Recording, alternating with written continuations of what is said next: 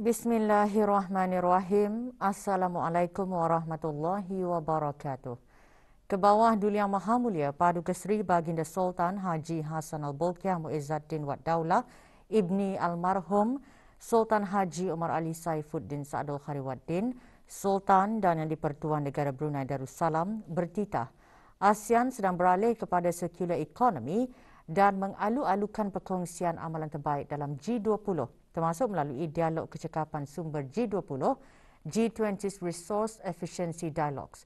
Justru baginda bertitah penglibatan belia dalam penggubalan dasar adalah penting sebagai pemimpin masa depan dan pewaris planet ini. Ke bawah Duli Yang Maha Mulia selaku Guest of the Chair juga mengetengahkan bahawa pemeliharaan dan pelindungan alam sekitar memerlukan bukan sahaja pendekatan seluruh negara tetapi juga pendekatan seluruh dunia. Ke bawah Duli Yang Maha Mulia bertitah pada sesi kedua sidang kemuncak G20 yang telah berlangsung di Pusat Persidangan La Nuvola, Republik Itali. Sesi kedua sidang kemuncak G20 yang memberi tumpuan kepada perubahan iklim dan alam sekitar dimulakan dengan ucapan pembukaan daripada Perdana Menteri Republik Itali selaku pengerusi sidang kemuncak G20 2021. Dalam titah, baginda juga menekankan semula komitmen ASEAN dalam COP26 untuk melaksanakan UNFCCC dan Perjanjian Paris dan menyeru negara maju untuk menyokong pengukuhan tindakan penyesuaian dan mitigasi oleh negara-negara membangun melalui kewangan, pembangunan dan pemindahan teknologi serta pembinaan kapasiti.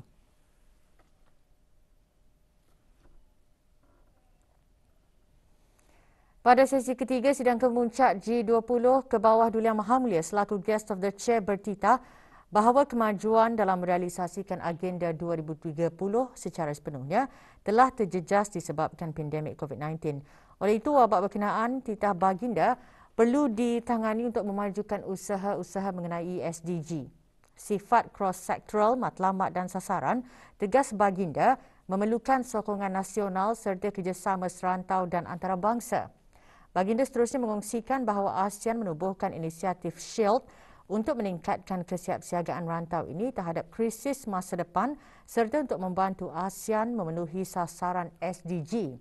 Sesi ketiga sidang kemuncak G20 yang memberi tumpuan kepada perkembangan mampan dimulakan dengan ucapan pembukaan daripada Perdana Menteri Republik Itali selaku pengerusi sidang kemuncak G20 2021. Pada penghujung sidang kemuncak tersebut, para pemimpin G20 telah meluluskan G20 Rome Leaders Declaration. Ke bawah Duli Yang Maha Mulia Paduka Seri Baginda Sultan dan Yang di-Pertuan Negara Brunei Darussalam berkenan berangkat meninggalkan Rome, Republik Itali selepas menghadiri sidang kemuncak G20. Sebelum berangkat meninggalkan Hotel Persemayaman, doa selamat dibacakan oleh Yang Berhormat Pihin Datu Seri Maharaja Datuk Paduka Seri Setia Dr. Ustaz Haji Awang Abdul Aziz bin Junid, Mufti Kerajaan, hadir di lapangan terbang terbangsa Fiumicino, Rome bagi menyembahkan selamat berangkat Puan Yang Terutama Datin Paduka Malai Hajah Halimah binti Malai Haji Yusof, Duta Besar Istimewa dan Mutlak Negara Brunei Darussalam ke Republik Itali yang menetap di Paris.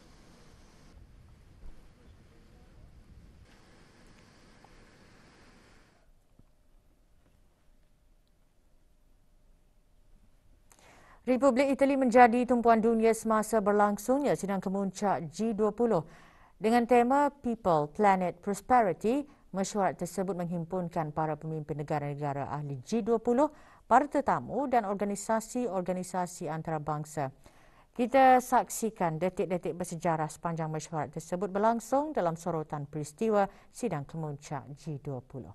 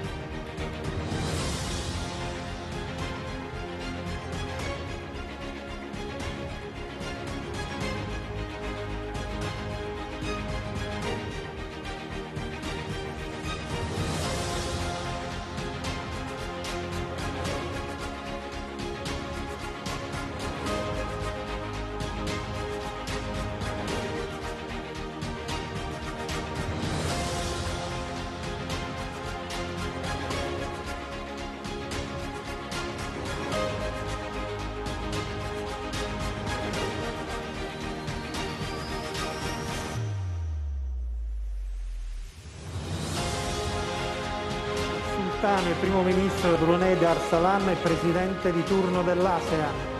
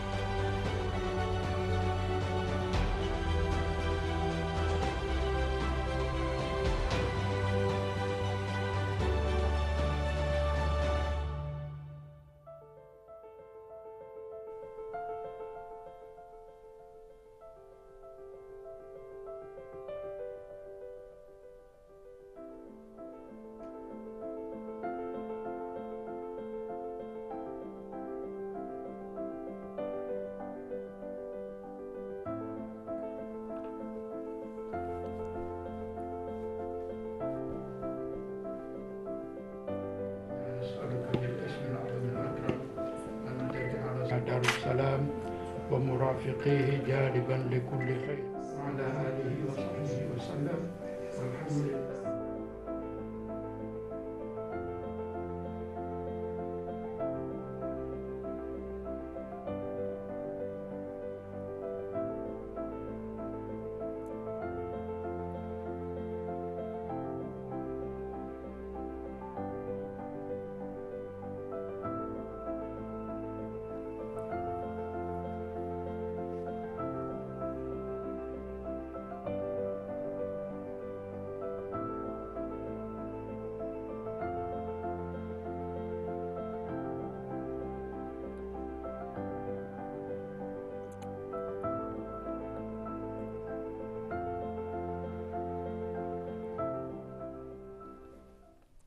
Satu kes yang disahkan COVID-19 telah kembali ke rahmatullah. Yang Berhormat Datuk Seri Setia Dr. Haji Awang Muhammad Isham bin Haji Jaafar, Menteri Kesihatan, memaklumkan perkara tersebut semasa sidang media situasi terkini jangkitan COVID-19. Sidang media berlangsung petang kemarin di Dewan Al-Afiah Kementerian Kesihatan.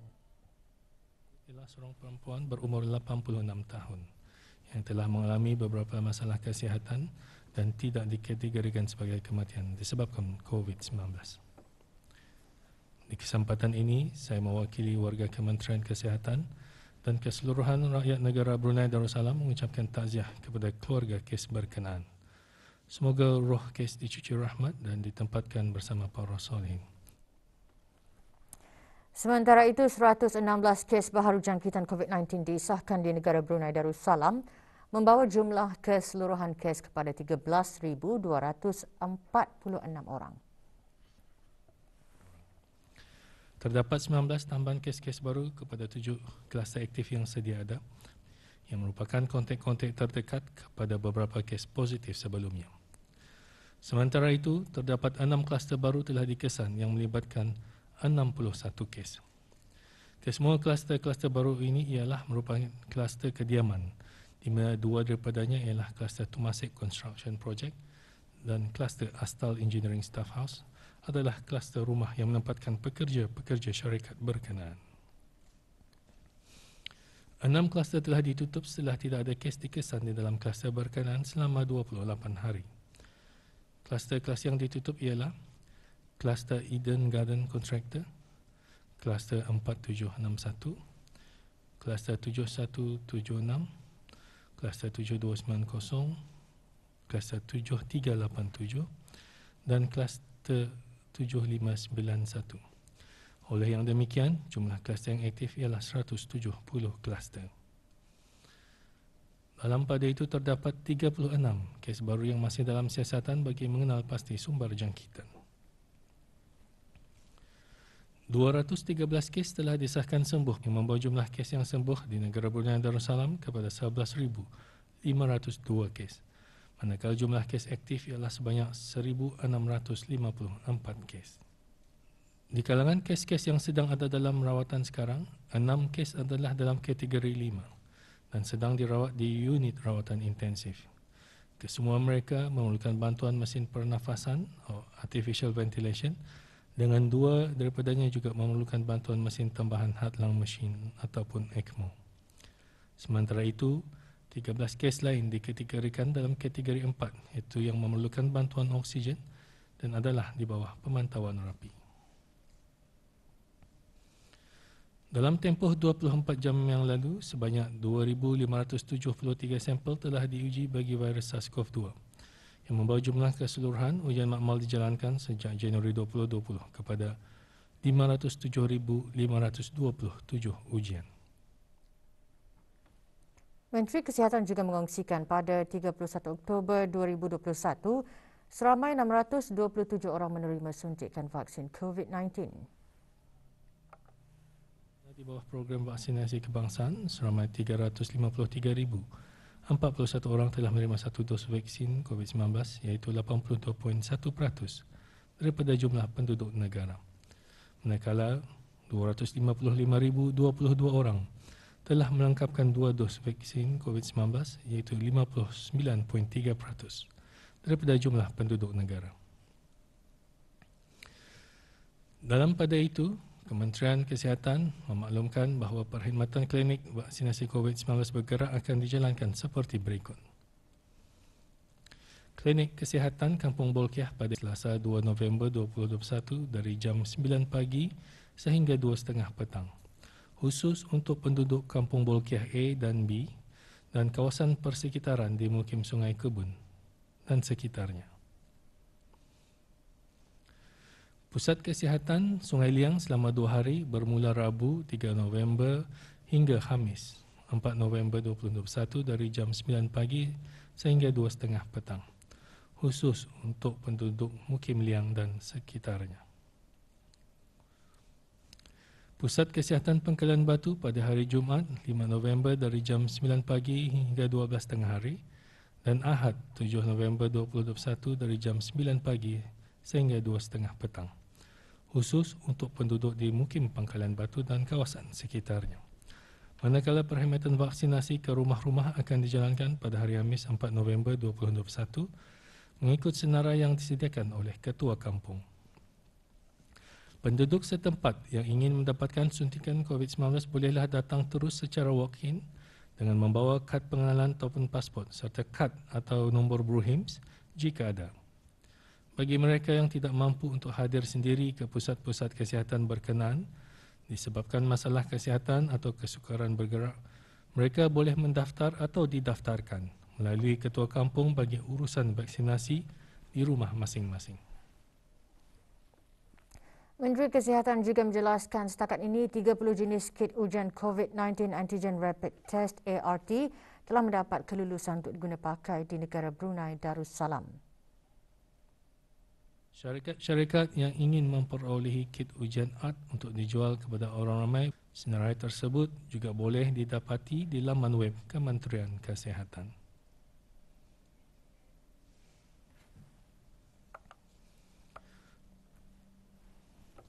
Seterusnya, untuk memberikan gambaran yang lebih jelas mengenai keberadaan kes-kes positif yang dikesan di negara ini, Kementerian Kesihatan ingin mengongsikan sedikit hasil penelitian yang telah dijalankan.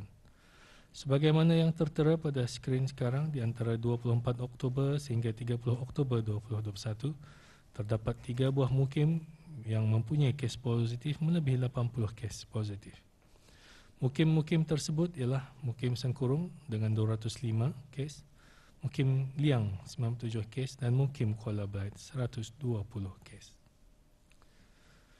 Bagi operasi pulih yang dijalankan dari jam 8 malam hingga 4 pagi, sebanyak 12 pelanggaran arahan telah dikeluarkan denda kompaun di seluruh negara, di mana 5 daripadanya adalah pelanggaran arahan untuk berada di rumah. Jabatan Perkhidmatan Pos Kementerian Pengangkutan dan Infokomunikasi memaklumkan jabatan berkenaan menerima aduan dari beberapa pelanggan pada 1 November 2021 berhubung pembayaran yuran dan kos penghantaran bungkusan yang didakwa kepunyaan jabatan berkenaan. Orang ramai khususnya para pelanggan yang berurusan dengan jabatan tersebut memaklumkan pautan teks pesanan ringkas daripada Brunei Post adalah tidak benar dan Jabatan Perkhidmatan Pos tidak pernah meminta maklumat peribadi dan maklumat perbankan daripada pelanggan untuk mana-mana perkhidmatan yang sedia ada. Hasil analisis oleh Cyber Security Brunei CSB melalui Bruset telah mendapati ia adalah pancingan data. Sehubungan itu, pihak Bruset menyarankan orang ramai agar tidak mengongsikan maklumat peribadi dan keuangan dengan pihak yang tidak dikenali ketika dalam talian. Di samping itu, orang ramai juga perlu memastikan kesahihannya terlebih dahulu sebelum menekan pautan yang diterima melalui SMS, WhatsApp atau media sosial dan pastikan untuk menggunakan laman sesawang rasmi kerajaan iaitu gov.bn untuk sebarang urusan yang melibatkan perkongsian maklumat peribadi. Orang ramai juga dinasihatkan untuk sentiasa peka dan tidak terpedaya dengan maklumat yang mencurigakan dan tidak pasti kesahihannya. Jabatan Perkhidmatan Pos mengambil serius mengenai kegiatan penipuan ini dan secara aktif melaksanakan pelbagai langkah keselamatan untuk melindungi pelanggan dari sebarang kejadian yang tidak diingini. Pihak jabatan meminta kerjasama orang ramai untuk melaporkan sebarang kegiatan penipuan dalam talian dengan menghubungi Bruset di talian 2458001 atau email reporting@bruset.org.bn.